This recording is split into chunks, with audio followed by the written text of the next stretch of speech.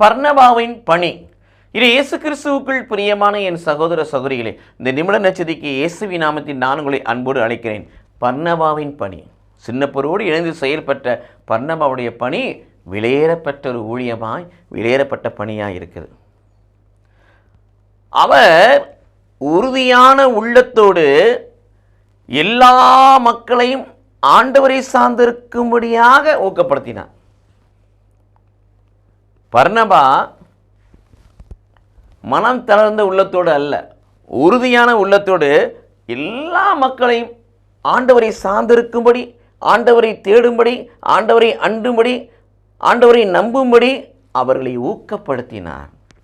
இப்படிப்பட்ட ஊக்கம் அவருக்குள் இருந்ததுக்கு என்ன காரணம் என்று பார்த்தால், அவர் நல்லவராயிருந்தார், பாவமற்றவராயிருந்தார், பரிசுத்தராயிருந்தார், தூய ஆவினால் ஆட்கொள்ளப்பட்டவராயிருந்தார், நம்பிக்கை, கடவுள் மீது மட்டும் நம்பிக்கை நிறைந்தவராயிருந்தார். ஆகவே இந்த பணியை உற்சாகத்தோடு செய்ய முடியுது.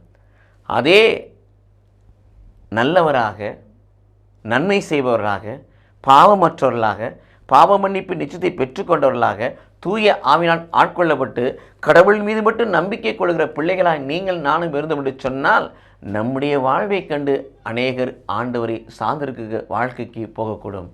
அத்தகைய வாழ்வு நிறைவேற நாம் ஒரு வழியாக இருப்போம். கடவுள் நம்மை ஆசீர்வதிப்பாராக. ஆமென்.